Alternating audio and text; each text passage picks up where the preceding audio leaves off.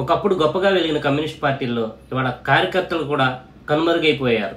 ప్రజా సమస్యల మీద స్పందించి ప్రతిదానికి ముందున్నటువంటి వ్యక్తులు ఇవాళ బూర్జువా పార్టీలకు అమ్ముడుపోయి ఎంత దారుణంగా వ్యవహరిస్తున్నారంటే అంత దారుణంగా వ్యవహరిస్తున్నారు.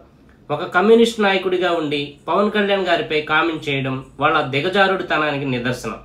మన హిందూ సాంప్రదాయాన్ని సనాతన ధర్మం గౌరవించి విదేశీయురాలైన పవన్ కళ్యాణ్ సతీమణి అన్నా లెజినోవా డిక్లరేషన్ ఇచ్చి మన సాంప్రదాయం ప్రకారం ఒక సాధారణ మహిళలాగా ఎటువంటి వేషజాలు లేకుండా వడ్డన చేయడం, వాళ్ళ పక్కన కూర్చుని భోజనం చేయడం, ఫోటోలకు ఫోజులు ఇచ్చే వీళ్లలా కాకుండా అక్కడ పెట్టిన గ్లాసులో మంచినీరు సైతం త్రాగడం ఎంత చూడముచ్చటగా ఉందండి. అలాంటి ఆ తల్లి లెజినోవా మీద వీళ్ళు కామెంట్స్ చేయడం చాలా అన్యాయం. వీళ్ళేంటి ఇలా మాట్లాడుతున్నారు అని సామాన్య ప్రజలు సైతం అసహించుకునే విధంగా వీళ్ళ ప్రవర్తన ఉంటుంది. వీళ్ళు ఎలాంటి వారంటే సాక్షాత్ ఆ భగవంతుడే వచ్చిన ఆయనను కూడా ఏదో ఒక రూపంలో ట్రోల్ చేస్తారు. వీళ్ళు ఇలా మాట్లాడడానికి కారణం జాతీయ పార్టీలు అయినటువంటి సిపిఎం, సిపిఐ, కాంగ్రెస్ పార్టీలు అన్ని పవన్ కళ్యాణ్ ముందు వీళ్ళ ఉనికిని కోల్పోయాయి. పవన్ కళ్యాణ్ ఎలాగైనా ప్రజలకు దూరం చేయాలి, అతని మీద ఏ తప్పు దొరుకుతుందా అని ఎదురు చూస్తున్నారు. అయ్యా రామకృష్ణ గారు, పవన్ కళ్యాణ్ బీజేపీ జెండా మోయడం ఏంటి? సనాతన ధర్మాన్ని అమలు చేయమని కోరుతున్నారయ్యా. స్వతంత్ర భారతంలో సనాతన ధర్మ చట్టాన్ని అమలు చేయండి అని కోరిన ఏకైక నాయకుడు పవన్ కళ్యాణ్. ఆయన కాషాయ బట్టలు వేసుకుని బీజేపీ జెండా మోస్తున్నాడు అనే కామెంట్ చేస్తున్నారు కదా. మరి గతంలో మీ చెమటతో నిండిన కంపు కొట్టే చొక్కాలను ఆయన మోశారు. మరి అప్పుడేమి అనాలి రామకృష్ణ గారు? మీరు సరైనోళ్ళైతే మీ పార్టీలో అధికారంలోకి వచ్చిన రాష్ట్రాల్లోని పాలన మేఘాలయ, త్రిపుర, బెంగాల్ నుంచి కూడా మీరు రాజ్యాధికారం ఏ విధంగా కోల్పోయారు చెప్పండి. మేము కమ్యూనిస్టులం, కాళ్ళకి చెప్పులు లేనోళ్ళం, సాధారణ బట్టలు వేసుకుని అనేక మందికి మేలు చేస్తున్నటువంటి పార్టీ ఏదైనా ఉందంటే సమతుల్యం పాటించేది మా పార్టీయే, కత్తి సుత్తి మా అజెండా అని చెప్పే మీకు ఈ రోజున మనుగడ లేకుండా పోయింది. 1కి 10 సార్లు గెలిచినటువంటి పశ్చిమ బెంగాల్ మీ చేతుల్లో నుంచి జారిపోయిందా? త్రిపుర పరిస్థితి ఏంటి? మేఘాలయ పరిస్థితి ఏంటి? ఎక్కడున్నారు మీరు? పార్లమెంట్లో కానీ, అసెంబ్లీలో కానీ, రాజ్యసభలో కానీ ఎక్కడైనా కనిపిస్తున్నారా? ఏమయ్యా రామకృష్ణ, ఆమె గుండు చేయించుకుంటే నీకెందుకు? రాష్ట్రంలో ఇంకా సమస్యలు ఏమీ లేవా? లేక నీకు కనిపించడం లేదా? కూటమి ప్రభుత్వం ఇచ్చిన హామీలు ఎంతవరకు నెరవేర్చింది? ఏం నెరవేర్చలేదు. రాష్ట్రాభివృద్ధి ఏ విధంగా చేయాలి? ఎన్ని ఫ్యాక్టరీలు వచ్చినవి? ఇలా ఎన్నో సమస్యలు. అలాంటి సమస్యలు ఏమైనా ఉంటే వాటిని ఎత్తి చూపించండి. మీరు అలా సమస్యలపై స్పందించలేరు. ఎందుకంటే మీకు పార్టీ విలువల కన్నా ఆర్థిక విలువలే ఎక్కువ అంట కదా చాలా మంది ప్రజలు అనుకుంటున్న మాట. ఒకప్పుడు కమ్యూనిస్ట్ పార్టీలో మహానుభావులు ఉండేవారు, ప్రజల కోసం సర్వం త్యాగం చేశారు. ఇప్పుడున్న వాళ్ళు కమ్యూనిస్టులు కాదు, కమర్షియలిస్టులు అంటున్నారు. ఎవరు అధికారంలో ఉంటే వారి మోచేతి నీళ్లు తాగే రకం వారు అంటున్నారు. దేశంలోనే నిజమైన కమ్యూనిస్ట్ ఎవరైనా ఉన్నారు అంటే పేద ప్రజల కోసం నిలబడి పోరాటం చేయగలిగిన అసలైన కమ్యూనిస్ట్ జనసేన అధినేత పవన్ కళ్యాణ్. నిజమైన కమ్యూనిస్టు భావాలు కలిగి ఎర్ర కండువాకి ఎనలేని గౌరవం తీసుకొచ్చిన గొప్ప వ్యక్తి పవన్ కళ్యాణ్.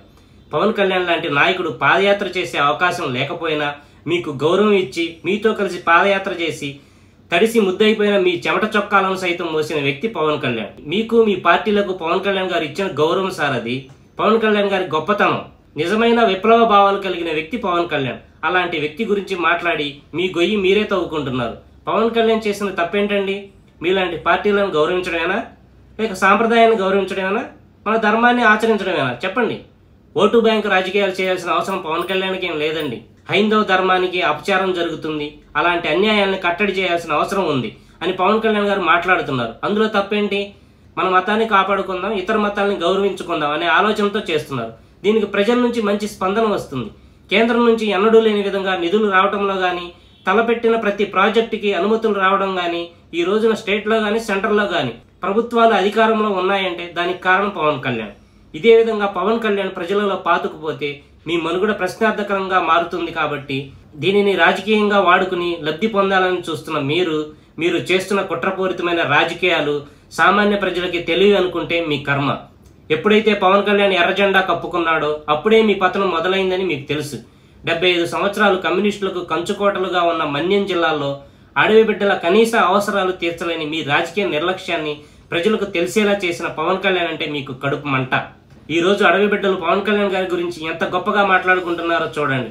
పవన్ కళ్యాణ్ గారు ఎక్కడికి వెళ్ళినా సమస్యలతో ఆయనకు స్వాగతం పలుకుతున్న జనం చిరునవ్వుతో వాటిని స్వీకరించి పరిష్కారం దిశగా ఆయన వేస్తున్న అడుగులు ప్రతి ఒక్కరూ ఆలోచించే విధంగా ఉండటంతో పాటు మాకు పవన్ కళ్యాణ్ లాంటి నాయకుడు కావాలని కోరుకోవటం మొదలైంది. అది చూసి తట్టుకోలేక పవన్ కళ్యాణ్ గారి ఉనికిని దెబ్బతీయాలని మీరు చేసే ప్రతి ప్రయత్నం బూడిదలో పోసిన పన్నీరే రామకృష్ణ గారు. రాష్ట్రపతి నుంచి ప్రధానమంత్రి వరకు, ఉప ముఖ్యమంత్రిగా సంతకం చేసిన దగ్గర నుండి గిన్నిస్ బుక్ రికార్డ్స్ వరకు ఎనలేని గౌరవాలు జనసేనాని సొంతం. నీతి నిజాయితీగా పవన్ కళ్యాణ్ గారు చేస్తున్న సేవలకు దక్కిన గౌరవాలు ఏంటో మీకు తెలియంది కాదు. ఇంకా ఏ పదవులు కావాలి ఆయనకు? ప్రజలకు దొరికిన గొప్ప నాయకుడు పవన్ కళ్యాణ్. ఏ తప్పు చేయకుండా నిజాయితీగా ఉన్న వాడిలో ఒక దేశపు జెండాకు ఉన్న పొగరు కనిపిస్తున్నది. అది పవన్ కళ్యాణ్ నరనరానా కనిపిస్తుంది. అనాదిగా డోలీల మోతలు అలవాటు పడిన మన్యం రోడ్డులు లేకుండా నడుస్తున్నారు. వాగులు వంకల్లో కూడా దిగి ప్రతిదానికి ముందు నేనున్నానంటూ మీరు చేయండి అని చెప్పే నాయకుడు పవన్ కళ్యాణ్. పవన్ కళ్యాణ్ వెళ్లే దారిలో కాలికి దెబ్బలే తగులుతున్నాయో, ముళ్ళే గుచ్చుకుంటున్నాయో, ఆ వాగుల్లో వెళుతుంటే ఆ రాళ్లు పాకుడు పట్టి జారిపోతాయి. అలాంటిది ఆ వాగుల్లో కూడా నడిచి ఆ అడవి బిడ్డల కోసం మాటలు కాదు, మీకు చేతలతో మీ జీవితాలకు ఒక గొప్ప మార్పు చూపిస్తాను అంటూ ఆయన చేస్తున్న పోరాటం ప్రశంసించాల్సింది పోయి విమర్శలు చేస్తున్నారు. అంటే మీరు ఎంత దిగజారిపోయి రాజకీయాలు చేస్తున్నారో అర్థమవుతోంది. ప్రజలు మిమ్మల్ని రాజకీయ సమాధి ఎప్పుడో చేశారు.